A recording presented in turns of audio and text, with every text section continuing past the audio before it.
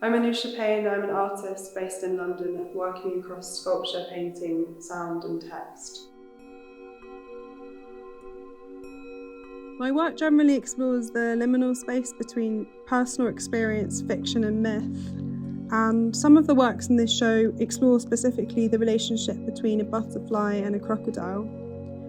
I became interested in this behavioural exchange initially because of an image that came up online, but it later became a metaphor for more caring human relationships.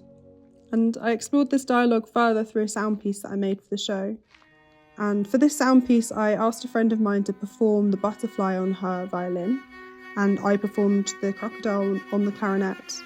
And both of us have not played these instruments since childhood, and it was really important that we maintained a kind of sense of playfulness, and we were trying to get into the headspace of this symbiotic relationship, whilst also referencing the Carnatic tradition of a conversational recall instrumentally.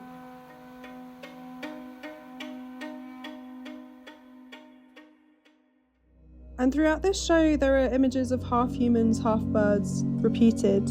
Some of the paintings in the show are based on an idea that I read in lecture notes of someone that I met on the train. And she was looking at the connections between bird migration and colonial trade routes. And through meeting her, I discovered an ornithologist had previously believed that birds migrated to the moon.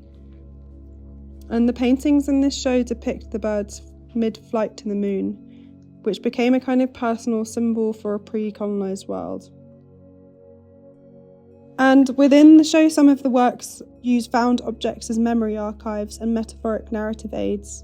And some of the found objects, for example, I use an old washboard in place of a body for the sculpture of a woman turning into a tree. This is both a visual, poetic play or metaphor for a body, whilst also standing in for the rejection of female domestic labour.